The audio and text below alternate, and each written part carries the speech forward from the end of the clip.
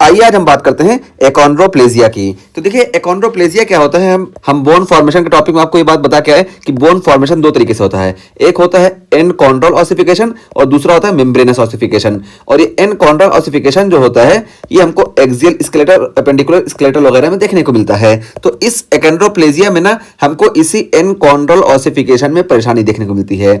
और जब एनकॉन्ड्रल ऑसिफिकेशन में परेशानी देखने को मिलती है ना, तो इस वजह से क्या होगा कि एक्सियल स्केलेटल में हमको परेशानी देखने को मिलनी चाहिए और हमको एपेंडिकुलर स्ट्रक्चर में भी परेशानी देखने को मिलनी चाहिए, यानी दोनों जो है शॉर्ट होना चाहिए। लेकिन यहां पे क्या होता है ना, इस एनकॉन्ड्रल ऑसिफिकेशन में भी एक्सियल स्केलेटल जो होता है ये मोस्टली क्या होता है, ये बचा रहता है। तो ये नहीं अफेक्ट होता है, सिर्फ हमारा ये एपेंडिकुलर स्ट्रक्चर अफेक्टेड होता है। तो एपेंडिकुलर स्ट्रक्चर अफेक्टेड होगा। और होता क्या है इसमें, तो देखिए यहाँ पे एक जीन होता है जिसको हम FGFR3 जीन बोलते हैं। ये क्रोमोसोम नंबर 4 पे प्रेजेंट होता है।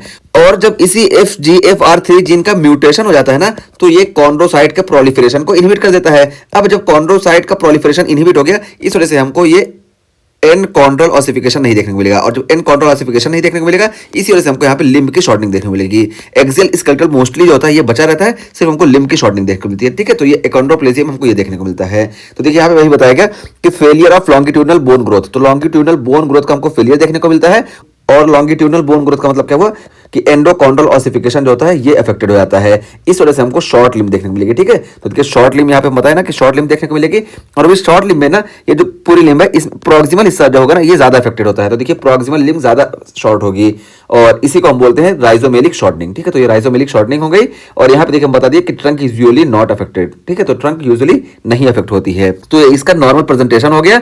और देखिए यहाँ पे क्या होगा कि membranes ossification is not affected. हम बताया ना कि मेम्ब्रेनस ऑसिफिकेशन नहीं अफेक्ट होगा। और जब मेम्ब्रेनस ऑसिफिकेशन नहीं अफेक्ट होगा तो इसी वजह से देखिए large head related to limb. तो लिम्ब के मुकाबले देखिए ये हेड जो होगा लार्ज होगा। देखिए हेड लार्ज है और इसी से देखिए हमको यहाँ पे देखिए फ्रंटल बोसिंग देखने को मिलती है। देखिए फ्रंटल बोसिंग ये हमको एकॉन्ड्रोप्लेजिया में देखने को मिलती है, क्योंकि यहाँ पे मेम्ब्रेनस ऑसिफिकेशन ये अनअफेक्टेड रहता है। और उसका फिर देखिए यहाँ पे बताया गया म्यूटेशन किसका होता है, वही पैथोफिजियो की constitutive activation of fibroblast growth factor receptor, जिसको हम FGFR3 बोलते हैं।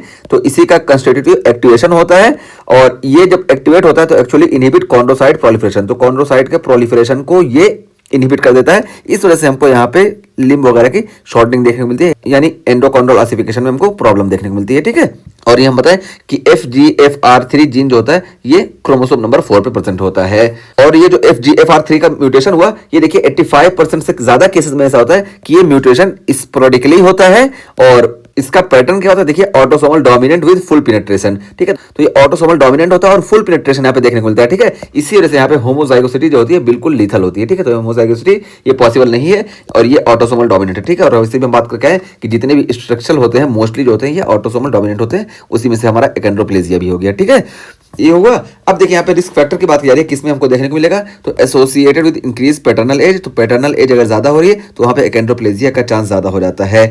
और most common cause of short limb dwarfism, तो शॉर्ट लिम्ब ड्वार्फिज्म का मोस्ट कॉमन कॉज ये एकॉन्ड्रोप्लेजिया ही है। ठीक है, तो ये एकॉन्ड्रोप्लेजिया का ओवरऑल रिव्यू पूरा बता दिए। अब यहाँ पे देखिए 2-3 और एक्स्ट्रा इंपॉर्टेंट चीज बताए जो हमको क्वेश्चन में मिल जाएगा और डायरेक्टली हम वहां पे पहुंच जाएंगे कि एकॉन्ड्रोप्लेजिया। ठीक है, ये गाइड करेंगे। जैसे देखिए एकॉन्ड्रोप्लेजिया में नॉर्मल आईक्यू और सेक्सुअल डेवलपमेंट, ये दोनों चीज जो होते हैं ये नॉर्मल रहते हैं। ठीक है, आईक्यू और सेक्सुअल डेवलपमेंट ये नॉर्मल रहेंगे।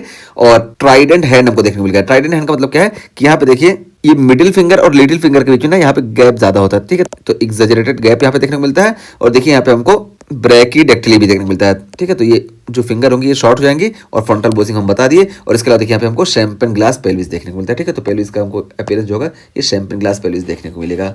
तो इस तरीके से हमारा पूरा एकॉन्ड्रोप्लेजिया टॉपिक पूरा हुआ। अब एकॉन्ड्रोप्लेजिया में देखिए मेन चीज बता दें कि ऑटोसोमल डोमिनेंट होता है। अगर हमारे पास दोनों ऑप्शन है तो यहाँ पे ऑटोसोमल डोमिनेंट पे हम टिक करेंगे। और यहाँ पे जो होता है एनकॉन्ड्रल ऑसिफिकेशन अफेक्टेड होता है, इस वजह से यहाँ पे लिम्ब की हमको शॉर्टनिंग देखने को मिलती है। और मोस्टली ट्रंक जो होता है यहाँ पे अनअफेक्टेड होता है। और यहाँ पे जो जीन म्यूटेट होता है FGFR3 जीन का म्यूटेशन होता है और ये क्रोमोसोम नंबर 4 पे प्रेजेंट होता है।